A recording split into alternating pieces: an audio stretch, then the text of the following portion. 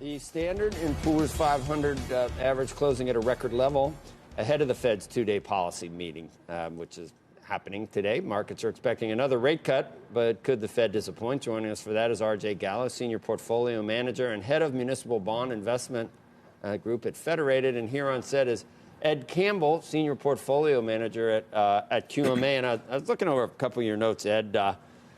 You're bullish now. And there might be a melt-up at the end of the year, or the latest. But we just hit a new high yesterday, so thanks for that. But so you think the market is actually might be in rally mode? We're at a new high, though. Right, and I think we've tried to break decisively above 3,000. Three failed occasions this year, and now we're pushing through. So I think, the stars may be aligning for a year-end rally here, right? So the geopolitical risks have been the dark clouds on the horizon. And, a hard Brexit is off the table for the rest of the calendar year. And the trade situation, at least the conversation, seems to be moving in the right direction. So we've gotten through the difficult months of September and October without any major blowups, and now we're moving into a seasonally strong period. When you say a year-end rally, we haven't seen it yet. We're through September and October, but you're talking about in November, December, a decisive move above 3,000 that could add 5-10% to the average. 5, 7, 10%, possibly. Yeah, above where we are right now. Yeah. That is a definitive, and it would certainly break the trading range where. Some people don't date it back 18 months, but when was the first time we got here? I mean, it was a while ago. I feel like we've been kind of flat. If you go back to January of 2018, we had that big run-up after the tax cuts, and we've really only had 3% annualized price appreciation since there. So it feels like it's been a fantastic year with the stock market up 20%, but that's really just a recovery from the big dive that we took in the fourth quarter. I've seen people making that point that that the market's already way ahead of itself based on flat earnings. And if the market anticipates a flat earnings year, in 2018 it would have anticipated a flat year in 2019 and tread water from January straight through to where we are right now. But valuations are maybe a little bit higher, but rates have come down. And we kind of spring-loaded everything, have we not? And we may be seeing some other things bottoming as well, with manufacturing, other sentiment, earnings growth may be bottoming. I mean, we may have spent enough time churning around. Right. So we're seeing, the big thing has been the downturn in global manufacturing. I think we're starting to see some tentative signs that maybe that is bottoming. We do have a lot of stimulus in the pipeline with 48 central banks cutting rates this year.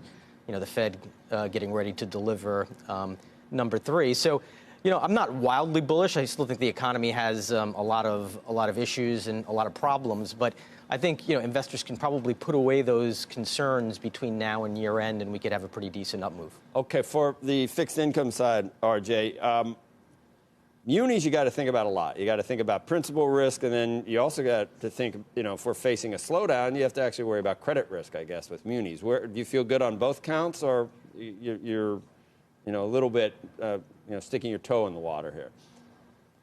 Well, in general, it's been a heck of a year for fixed income. The Muni index from S&P or Barclays up each about 6.5%. Yields have come down, yet the economy continues to expand. That's a nice mix for municipal borrowers. They're able to refinance debt, in many cases even issuing taxable bonds to refinance out higher cost, old tax-exempt debt. The credit trajectory in munis generally has been benefited by the economy's long-term expansion, which we've been in now for a very, very long time. The equity market's been on a huge bull run. That helps the pension situation. We still have some really troublesome situations there, but it's not universal. Across the states, it varies widely.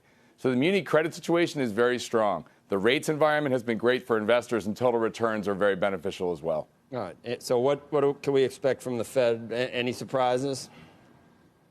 I don't think it'll be a surprising meeting. I guess the big question is, how does the Fed couch what they have done cumulatively now that we're going to get another ease? That'll be 3 eases in what may, in fact, be the mid-cycle adjustment. Recall that Chairman Powell was sort of panned by many in the market for even suggesting a mid-cycle adjustment was all that was necessary.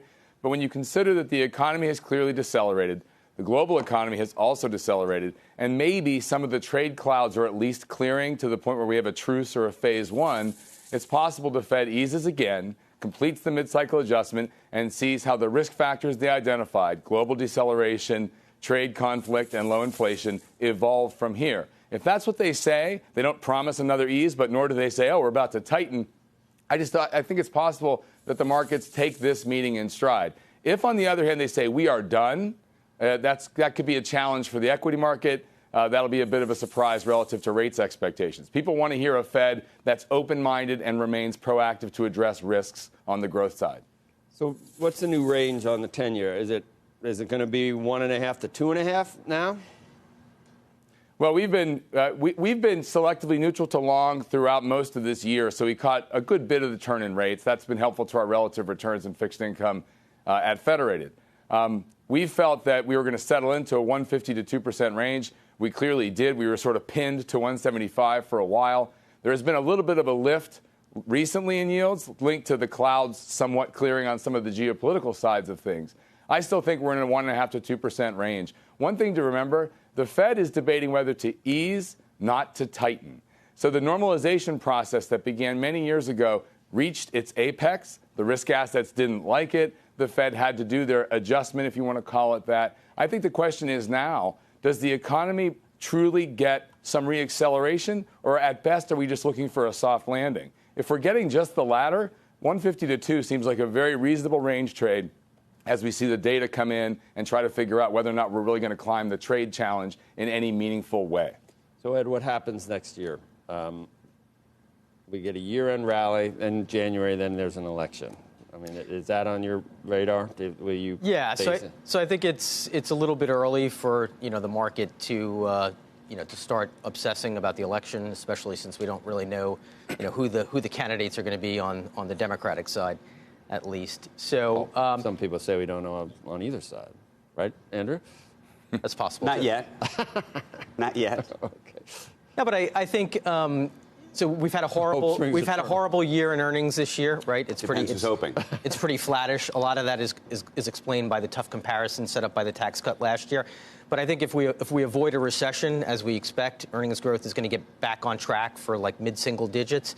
And if that's the case, then I think we could have another decent year in equities. Right. Probably a lot of volatility, as you would expect, given the politics and the geopolitical risks. All right, gentlemen. Can you send any wine, RJ? Or that's not you. That's no relation. Not in the wine business. In the bond business. Guess I'd rather have bonds sent to me than.